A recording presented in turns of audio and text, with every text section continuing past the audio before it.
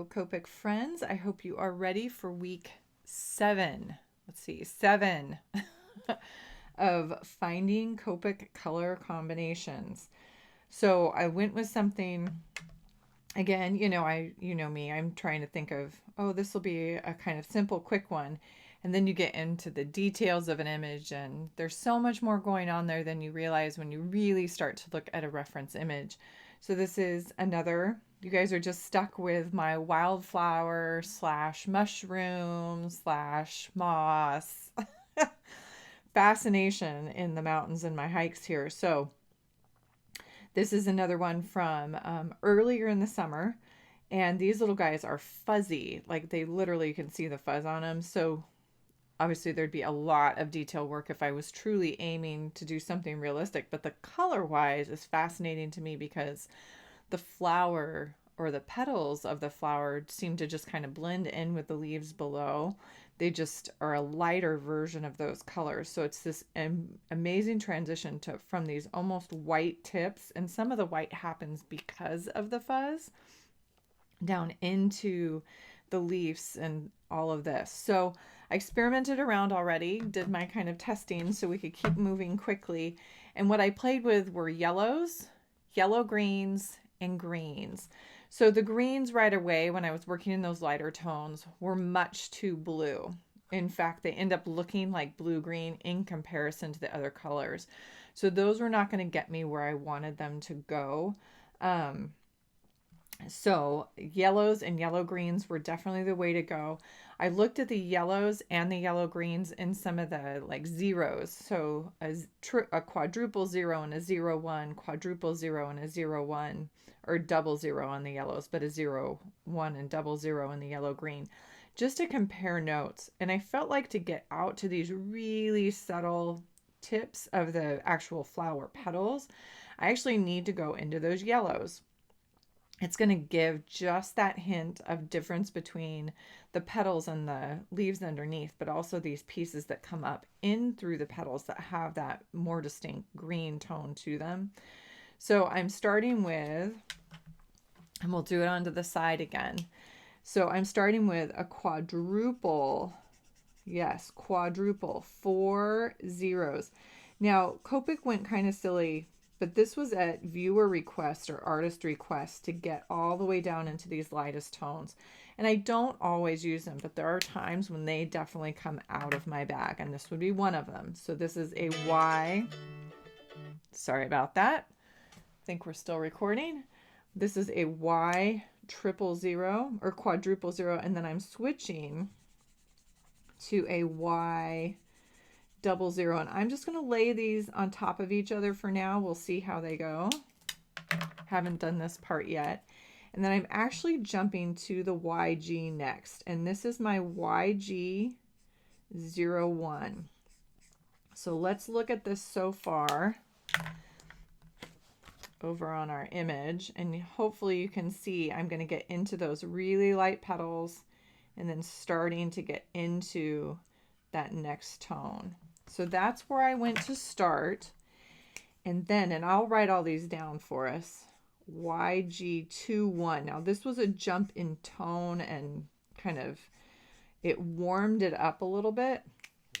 So you don't see a big value change there. Where you do see it was when I jumped to a YG23.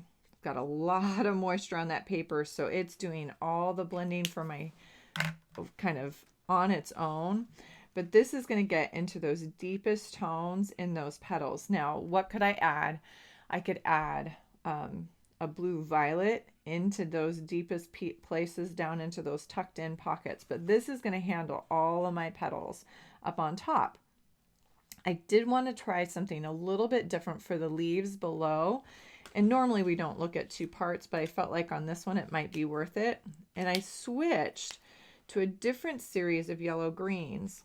And I want to show you why, because this yellow green is going to start with the YG11, and it has a little bit of a bluish, little more blue. It's a cooler, it's not all the way to those greens, but it's going to give us, and that was a YG13, and then a YG17. So I felt like these are still in those YG range, very yellow, but it cooled it down. And I felt like, now I could still go warmer, but I felt like that's going to give me that contrast down to the, see how they're sitting in cast shadow underneath the flower. That's going to cool that down enough that these leaves are going to separate from the flower above. All right. So we've got Y quadruple, count them 4 zeros, and that's called yellow fluorite. Y00, which is barium yellow. Then we switch to our YGs. YG01, which is green bice, B-I-C-E. And I use that color a lot. If you've taken classes from me, you would know that. YG21, anise. At least that's what mine has on it. YG23, careful how you say it, is new leaf, like that one. And then we skip down here, and the series from light to dark, and this is going to be not next to it. Actually, well, we'll do it dark to light. So YG17, so it's kind of in order. Grass green. YG13, chartreuse, and YG11, mignonette. I don't know how to say that. M-I-G-N-O-N-E-T-T-E.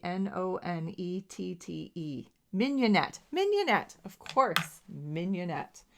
All right. So this is the leaf. Careful how you spell that, Michelle. You can do this. And these are the petals of this type of flowers.